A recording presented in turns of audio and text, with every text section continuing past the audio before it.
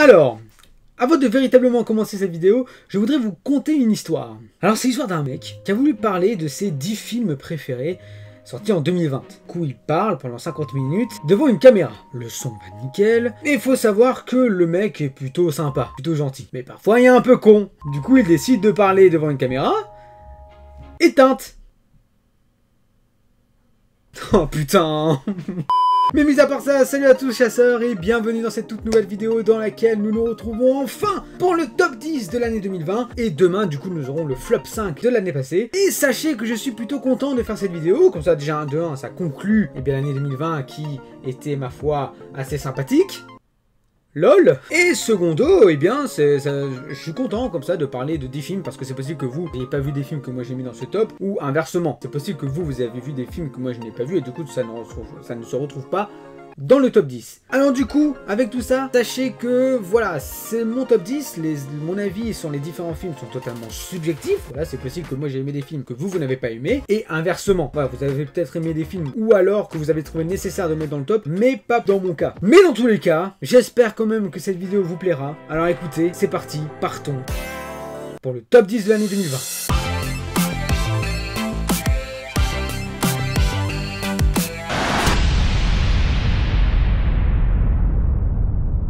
Alors avant de commencer véritablement le top, j'ai décidé de faire des petits mentions honorables que j'ai à remettre à 3 films. Pour commencer, Invisible Man. Déjà pour l'actrice qui est incroyable, Elisabeth Moss, aussi pour ses effets spéciaux, et enfin pour l'histoire qui part crescendo vers la folie. Ensuite, Scandale, pour le maquillage incroyable et le dégoût de la TV américaine. Et enfin, en ce qui concerne un film en particulier, j'ai eu du mal à le caser. Dois-je le mettre dans le top ou pas? Car j'étais entre 2 films qui sont nettement opposés. J'ai donc dû faire un choix en fonction des points négatifs que j'ai à remettre. D'un côté, nous avons un film français dont le mystère est assez présent. Cependant, il possède parfois quelques personnages qui ne servent à rien, ou alors un humour trop décalé pour ce genre de film. Et de l'autre, un film irlandais, belge et américain, c'est incroyable, qui est également mystérieux, avec une atmosphère folle, mais une fin beaucoup trop bordélique. Et j'ai donc choisi le film français en top 10. Et c'est donc Vivarium qui se trouve aux portes du top 10 de l'année 2020, pour la raison que je viens de citer, à savoir une fin sans réponse. Mais du coup, quel est ce film français qui se cache derrière cette 10e position? Eh bien il s'agit d'un long métrage qui reprend l'idée d'une émission, mais qui cependant va complètement partir en live. Enfin bref, le top 10 de cette sélection n'est tout autre que... J'irai mourir dans les Carpates. Ça, c'était le premier épisode de la série J'irai dormir chez vous. Alors bien sûr, il y a eu des moments compliqués. Et du coup, je me suis souvent demandé ce qui se passerait si un jour ça dérapait vraiment. Antoine de Maximi, le présentateur de J'irai dormir chez vous, a disparu alors qu'il était en tournage dans les Carpates. Vous croyez qu'on pourrait le retrouver? Qu'il pourrait être encore vivant? Donc réalisé par Antoine de Maxima. Si ce n'est pas Maxima, bah je me tire une balle de la tête. Je peux vous assurer que c'est chiant de mourir. C'était Maximi.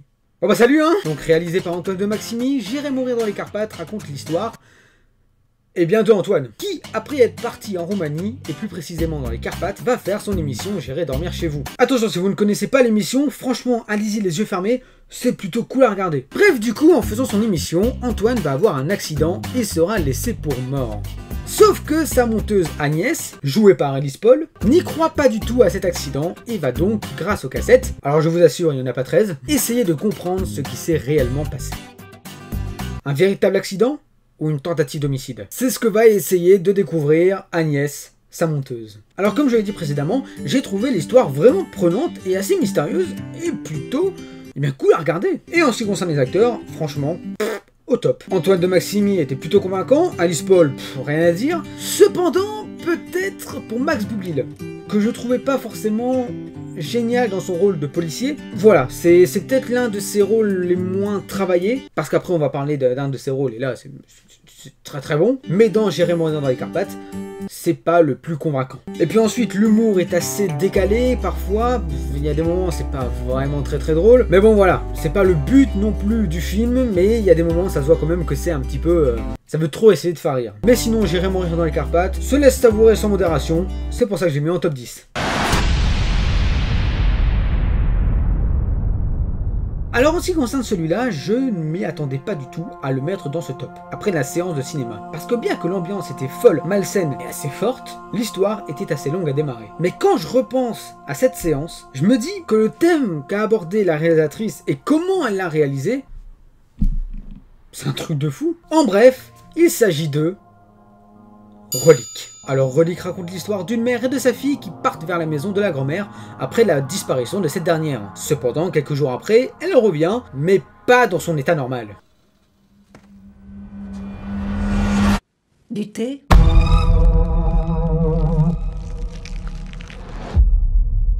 Voilà, je vais rien dire de plus par rapport à l'histoire, juste... si vous aimez les films d'horreur psychologique, eh bien ce film est clairement fait pour vous. Quand j'ai dit que la réalisatrice a réussi à captiver avec le sujet traité, ce n'est pas juste une façon de parler. En gros, Relique parle de la peur de la vieillesse. Et du coup, de multiples choses vont se passer dans le film et nous mettre dans une situation assez malsaine et plutôt dérangeante. Et bon Dieu, enfin un film qui ne s'attaque pas aux screamers. Il y en a, mais la plupart du temps, c'est l'atmosphère qui te rend mal. Enfin bref, ambiance de fou. Enfin, c'est pas la fête dans le film, hein, mais... ça fait peur quoi. Malsain, horrible, imagé, ce long métrage a tout pour être un excellent film d'horreur psychologique. Maintenant, partons vers un genre totalement différent. Prenons un grand bol d'air frais avant de continuer notre top en parlant de l'appel de la forêt. C'est l'aventure d'une vie.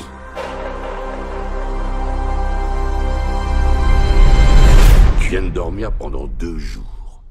Dans mon lit. Que dire de plus que magnifique, fantastique, et en plus avec notre papy du cinéma Harrison Ford et notre nouveau Lupin, Omar Sy. Il a tout pour plaire ce film. Alors bon, l'appel de la forêt n'a rien de révolutionnaire scénaristiquement parlant. En gros, le dernier film de Chris Sanders, réalisateur des 2 premiers Dragons, nous raconte l'histoire de Buck, un chien d'une lignée de noblesse qui sera attrapé et envoyé en tant que chien de traîneau. Et il va donc essayer de survivre et de comprendre comment fonctionne le monde sauvage. Je me rappelle de certaines scènes comme ça qui m'ont un petit peu donné des frissons, que ce soit visuellement ou scénaristiquement parlant. Par contre, pour ceux qui ne l'ont pas vu, vous allez peut-être être un petit peu surpris par la qualité visuelle de Buck. Mais je vous assure que ça rend bien, pas dérangeant. Les expressions sont multipliées par 10 et ça donne du coup plus de vie à ce chien. Enfin bref, l'appel de la forêt est vraiment un grand bol d'air frais pour toute la famille. Quoi de mieux me direz-vous? Eh bien avançons dans le top. Jojo Rabbit. Un film qui m'a retourné une fois de plus. Je vais être honnête, il ne me tentait pas le moins du monde lorsqu'il est sorti dans les salles. Mais j'ai eu tellement de bon écho que je me suis laissé tenter. Et je regrette tellement de ne pas l'avoir vu avant. Jojo Rabbit raconte l'histoire de Jojo, dans les années 39-45 et qui veut rejoindre les rangs de l'armée d'Hitler. Et justement, en parlant de ce dernier, Jojo est tellement fan de lui qu'il a décidé de se faire un ami imaginaire qui n'est tout autre que Hitler. Et à côté de ça, plusieurs autres péripéties vont arriver pour ce petit garçon. Voilà, en gros c'est ça l'histoire, et je préfère rien dire de plus. Eh bien franchement chapeau. Déjà pour son côté original de faire un film du point de vue d'un petit garçon allemand fan d'Hitler, je sais pas si j'ai réellement vu un film qui partait de ce point de vue là, mais en tout cas l'originalité était présente. Ensuite, en ce qui concerne l'humour du film, parce que bien que c'est un film de guerre, l'humour est présent dans ce long métrage. Et il ne fait pas tâche, loin de là. Sincèrement, il y a des moments où je trouvais ça vraiment drôle, ou alors amusant à regarder. Mais attention, il y a des moments, tu ressens quand même pas mal d'émotions. Je me rappelle d'une scène qui m'a vraiment marqué pour son côté vraiment choquant, et je pèse mes mots. En fait, quand j'ai vu cette scène, il m'a fallu environ 4 à 5 secondes pour me dire « Merde !» Et franchement, j'ai eu un choc. Je ne m'y attendais pas du tout à voir ça. Et il y a plusieurs choses comme ça. T'as du stress pour le personnage. Au début, tu kiffes son ami imaginaire, mais au fur et à mesure du temps, tu le trouves assez chiant, genre beaucoup trop présent, etc.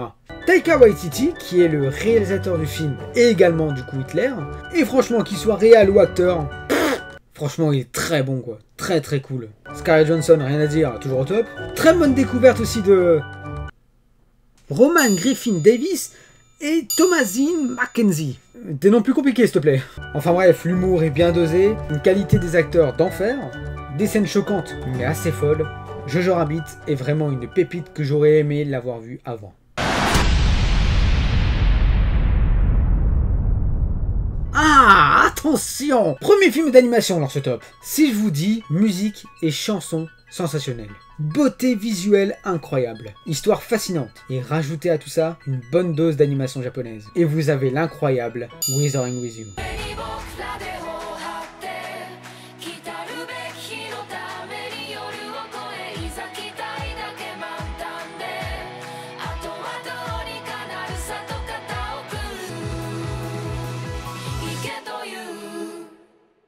Tout est incroyable dans ce film. Tout te donne envie de découvrir encore et encore.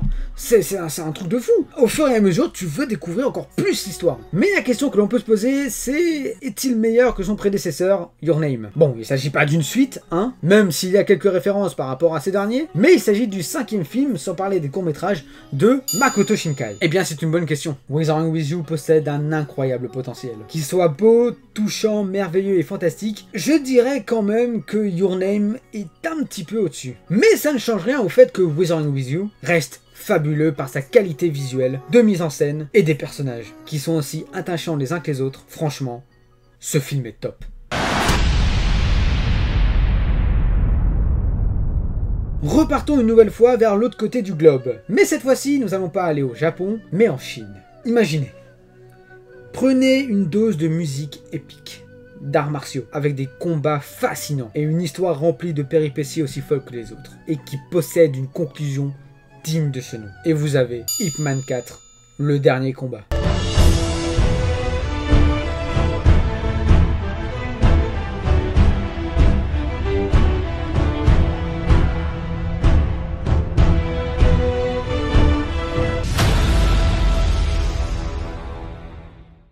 Donnie Yen, quoi, maintenant.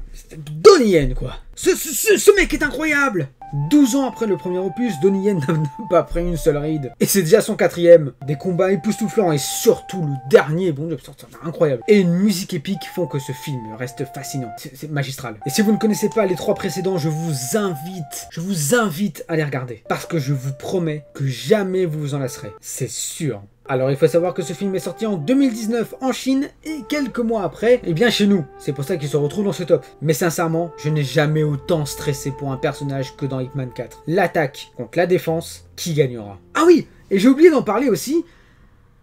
Je sais plus son nom. Danny-chan Kokwan, qui joue le rôle de Bruce Lee à la perfection. Mais dans tous les cas, ce film m'a vraiment marqué pour ses qualités légendaires que j'ai réussi à retrouver au bout des 3 films. Bien que c'est vrai que le 3e, c'est celui qui m'a un petit peu déçu, mais globalement, ce sont 4 films qui méritent d'être vus. Et si vous voulez avoir plus de précision sur mon avis, je vous invite à regarder ma critique express qui se trouve sur le petit i là-haut. Comme ça, eh bien, vous saurez pourquoi ce film se retrouve dans ce top. Mais la meilleure des solutions, c'est que vous le regardiez.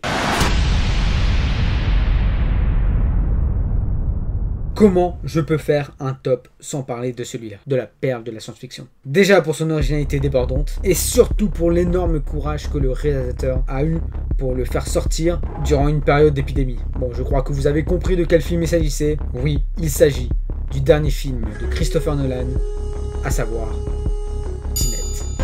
Avec cette inversion du cours du temps, le fait qu'on soit ici, maintenant, ça veut pas dire que c'est jamais arrivé.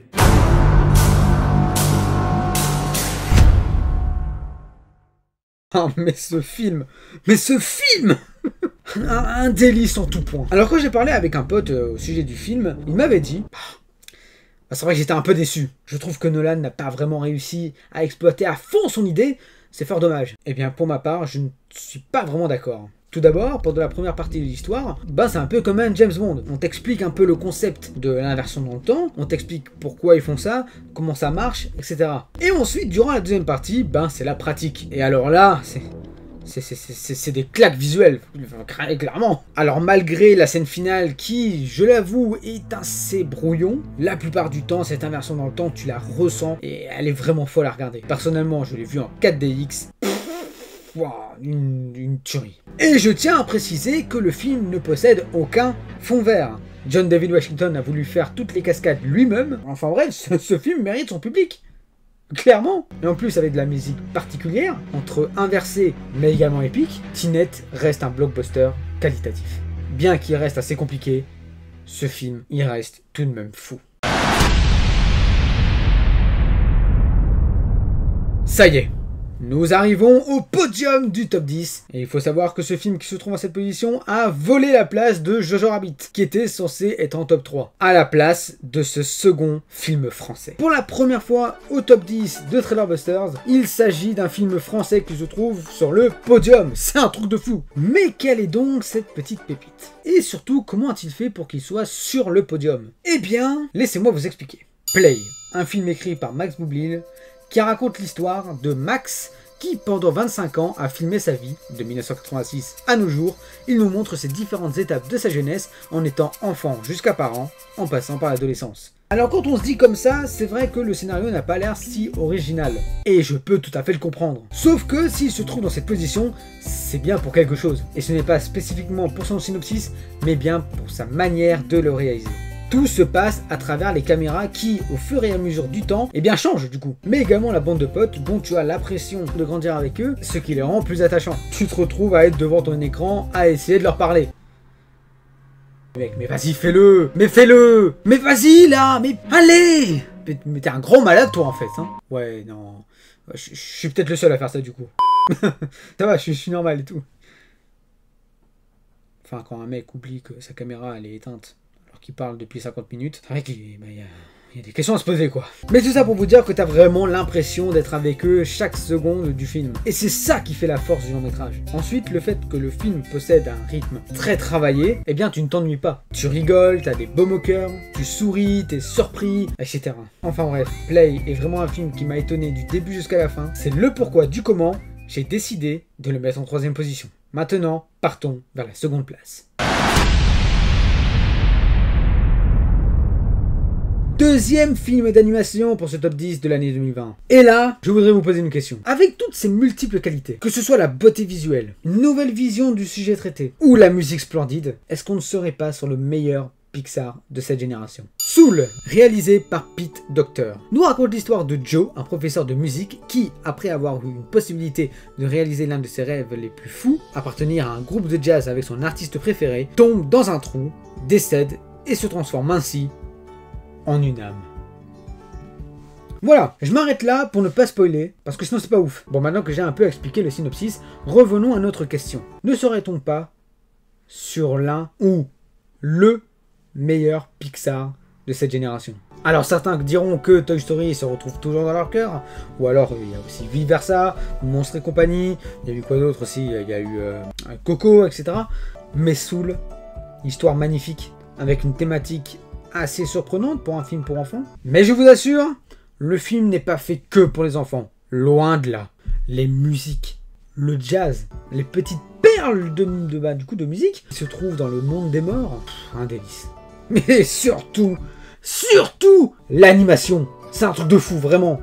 L'animation de malade. Tout est frais, tout est beau, tout est incroyablement détaillé, tout est...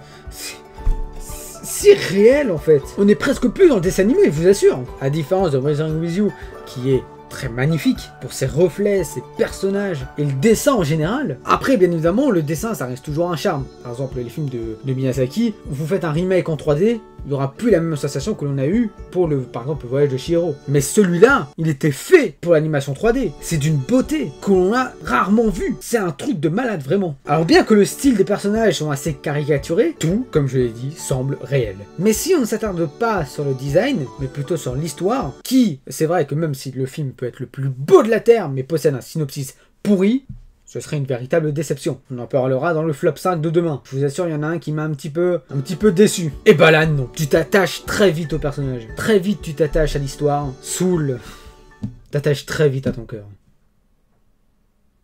Oh, c'est beau ce que je viens de dire, putain. Oh, je vais noter ça. Oh, c'est magnifique, c'est magnifique. Il était impensable pour moi de ne pas mettre Soul dans ce top 10. Et surtout en 2e position. Et c'est vrai que j'aurais préféré le voir au cinéma. Sur grand écran, ça devait être une folie intégrale. Mais voilà, on va se contenter de la télé. Mais le film reste magnifique quand même. Dans tous les cas, il reste fou. Mais maintenant, il est temps de parler de ma perle de 2020. Qui est le grand vainqueur de l'année passée? Quel est le film qui m'a étonné du début jusqu'à la fin? Vous savez, je sais même plus quoi dire par rapport à ce film. Mis à part qu'il est incroyable. incroyable. Mais quand je dis incroyable, je pèse mes mots. C'est un truc de fou, vraiment. Un véritable festin en tout point. J'en avais fait une critique express au début d'année 2020, et encore aujourd'hui, je ne regrette absolument pas mon choix. Alors attendez, j'ai le DVD, je vais le ramener, je vais vous le montrer. Brillant, poignant et techniquement époustouflant. Voilà, ils ont tout dit. Brillant, poignant et techniquement époustouflant. 1917 est fou. C'est, pour moi, le meilleur film de 2020. Alors bien évidemment, il y a toujours un débat. Hein. Peut-être que moi, j'ai adoré ce film et que vous l'avez plutôt aimé, mais que vous ne trouvez pas nécessaire de le mettre dans ce top. Mais pour ma part, c'est, comme ils l'ont dit, techniquement époustouflant, c'est vrai.